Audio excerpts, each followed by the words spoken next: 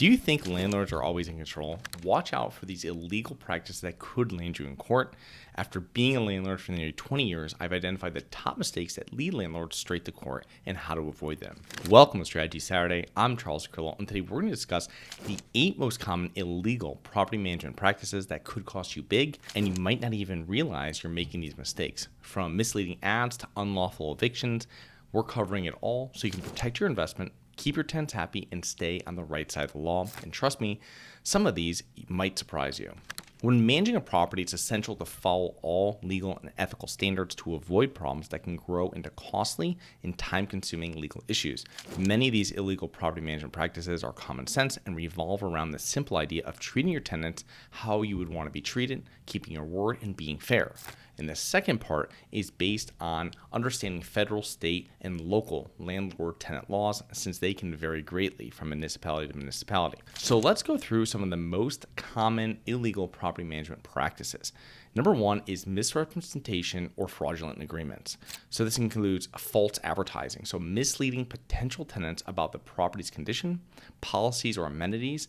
And this is illegal and also a waste of time for landlords. I mean, your goal is to find tenants who like your property and want to stay for not just 1 year, but for years into the future. And if you kind of get people out to the property and it's not what they expected or not what you sold it as, they're not going to rent and you've just wasted your time. Or if you convince them to stay for a year, they're not going to renew, which is not what we want. We want tenants that renew at least once or twice during their stay with you. Fraudulent lease agreements. So this is leases with illegal terms or waiving tenant rights. No matter where you get your lease, always have an attorney review it before using it.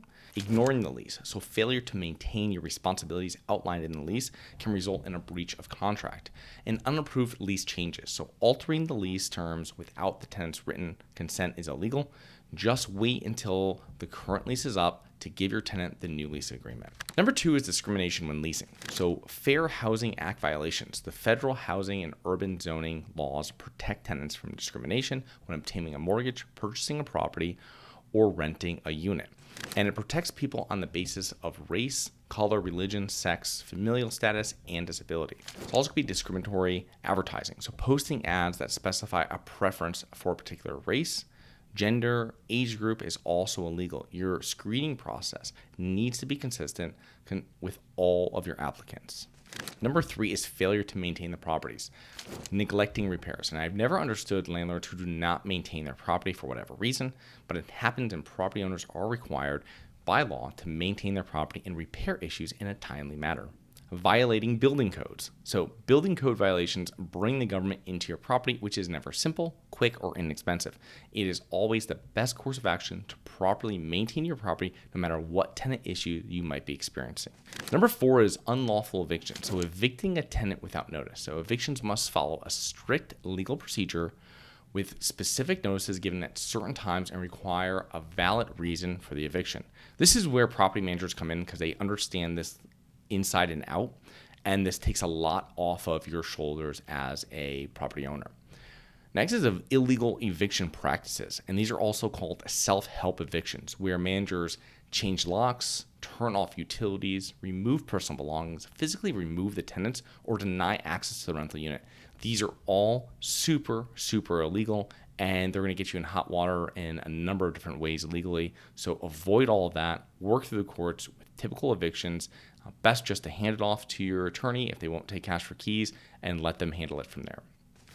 Number 5 is illegal rent increases. So raising rent illegally. If your property is subject to rent control, you must follow certain laws, but other illegal ways of raising rent might include increasing the rent during a lease period or mid-lease. You'll need to wait until the next lease period to raise rent, which shouldn't be a problem because leases only run 12 months usually. So in that case, it's only a few more months for you to wait until you're able to raise rents. Next part of this is retaliatory rent increases. So a manager who raises rent against a tenant who has reported a violation or exercises their legal rights is against the law. You can't do that. And it's important that when you give rent increases, you give them you give them notice. And usually I would say at least 60 days when you're renewing it. You want to get the renewal sooner than later because you want to get them before they start looking at other apartments. And people probably start looking at other apartments, I would think, right around 30 to 60 days. So you really want to get there like 60 days out And this way they're not like wondering what's going to happen. So let them know as soon as possible. Give them some time for them to renew with you before they start looking around. And that's really the goal. You don't want to go at the last minute when they've already made their decision because they don't know what you're doing. Number 6 is entering the unit without proper notice. So landlords must provide adequate advance notice before entering a tenant's unit. The only exception to this case is in the case of emergencies. And landlords that unnecessarily or repeatedly enter apartments can have their actions considered harassment. I always like to let tenants know about emergencies beforehand, because when people are putting in a like kind of a request, a repair request, whatever it might be, and you can let people know that, we're going to fix normal stuff within 2 days, other stuff, within 24 hours, and emergencies, we're going to do that immediately. And immediately means that we're going to call you, and if it's an issue that we need to get into your uniform because it's like a leak coming from your unit, something needs to be turned off in your unit, we're going to enter that apartment if you don't answer the door. You know what I mean? 24 hours a day. And that's just kind of like what happens, you know what I mean? And so they have to be aware of this, that because they would want the same thing happening too if it was reversed and the tenant above them had water that was leaking into their apartment. Number 7 is inappropriate handling of security deposits. So no matter what state your property resides in, the laws are very strict, with huge penalties for landlords who misallocate or mishandle security deposits. Failing to return security deposits, holding on to security deposits without justification, or not returning them within the legal time frame. And in most states, this can be at least 2x, what you're paying for a penalty on it. So it's extremely expensive. It's easier just to handle the security deposit like you're supposed to and then return it. Another part of this is misusing the security deposit. So using them for anything other than fixing issues caused by the tenant. The security deposit is only for fixing issues for what the tenant actually caused. Number 8 is evicting a tenant when selling a property. Now, typically, a tenant has the right to remain in the property until their lease expires, regardless of who owns the property. It's considered lease continuation. And other common tenants' rights include, during the sale, the transfer of the security deposit to the new owner. Your new owner is going to request this anyway because they don't want to be on the hook providing this out of their pocket when that tenant moves. And then notice of sale. This is usually done after the sale is complete. However, the tenant will most likely notice all the new people and inspectors at the property and will probably realize before the sale happens. So, if you have inspectors and all types of people and agents walking in and out of the property, they're going to notice something's going on before the sale. But it's important that after that sale, or same thing if you're changing management, after it's official, you'll send out documentation saying that, hey, we've changed management, and here's a letter that you send out to the tenants. We're taking over, all this kind of stuff. This is how it goes from here, and introducing them. And also it's the same thing with the sale. So just letting people know there's going to be a change of management, change of ownership, and this is kind of the rules on how we have it. And of course, as people's leases come up, you now, as a new owner, you can re-sign those leases as you wish with your tenants. Next part is privacy rights. So people cannot just enter the unit without ample notice. We spoke about this before. And some buyers looking to remodel a property without tenants might ask a seller to vacate the tenants before closing. And my biggest worry is if the new buyer backs out and the current owner now has an empty property, which will cost them time to prepare the units and time to rent the units to new tenants. And I would only consider doing this with smaller properties and with a buyer who puts down a large non-refundable deposit and gives us time to do it. Because to do this correctly and ethically, it takes months, right? Even if the people don't have any leases and it's all like verbal month to month. One of the things is that if the goal is to not renew current tenants, I will usually give them ample notice. When I'm saying ample notice, I'm saying 60 days. I'm not giving them 30 days. Some verbal leases get 15 days. Like, no, that's where you're going to get yourself into trouble. It's not ethical for doing that. You're not going to be able to find like a real place that you want to live in 15 days, right?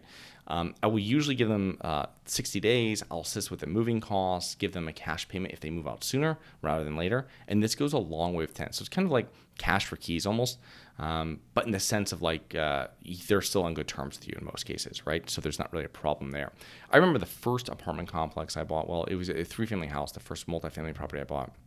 And I was buying it from a pretty big landlord in the city that was going into larger apartments complexes with his partner.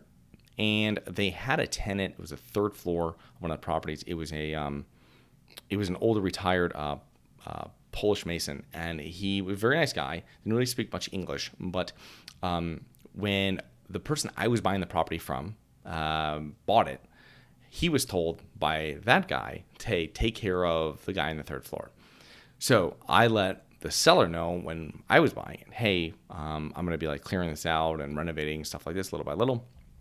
And he goes, you know what? I'm going to take care of that guy up there. I'll take care of him. It'll be vacant. Don't worry about it when you move in, or like within weeks of you buying it, right? And he found the guy apartment. He had a apartment complex with like some one bedrooms. So he moved him in there. He had his guys move them all in. He kept the same rent of like it was really inexpensive, right? And that was one of the things is that it kind of stuck with me because it's something that he kept his word. He did it really ethically, put him into a better place, kept the same rent, and kind of just knew that not that's the cost of doing business, but like it's the right thing to do. You know what I mean? I was told this. I agreed with it when I bought this property, and I'm passing that along. And then when the other two people vacated in the property we bought, we did the same thing. You're making sure also that your property's not damaged. So, it's a win-win for everybody. And, most of these practices are common sense, but landlords must fully understand their local, state, and federal laws when managing these properties, and then also just doing win-win situations with their tenants. And I feel that it's going to turn out much better for them in the long run as a rental property investor. So I hope you enjoyed. Please remember to rate, review, subscribe, submit comments and potential show topics at globalinvestorspodcast.com. If you're interested in passively investing in real estate, please check out our courses and mentoring programs at syndicationsuperstars.com. That is syndicationsuperstars.com. Look forward to 2 more episodes next week. See you then. Have you always wanted to invest in real estate but didn't have the time, didn't know where to find the deals, couldn't get the funding, and didn't want tenants calling you? Since 2006, I've been buying income-producing properties in great locations that provide us with consistent passive income while we wait for appreciation in the future and take advantage of tax laws while we're waiting. And unlike your financial advisor, we invest alongside our investors in every property we purchase. Check out investwithharborside.com. If you like the idea of investing in real estate, if you like the idea of passive income, partner with us at investwithharborside.com. That's investwithharborside.com. Nothing in this episode should be considered specific, personal, or professional advice. Any investment opportunities mentioned on this podcast are limited to accredited investors. Any investments will only be made with proper disclosure, subscription documentation, and are subject to all applicable laws. Please consult an appropriate tax, legal, real estate, financial, or business professional for individualized advice. Opinions of guests are their own. Information is not guaranteed. All investment strategies have the potential for profit or loss. The host is operating on behalf of Syndication Superstars, LLC exclusively.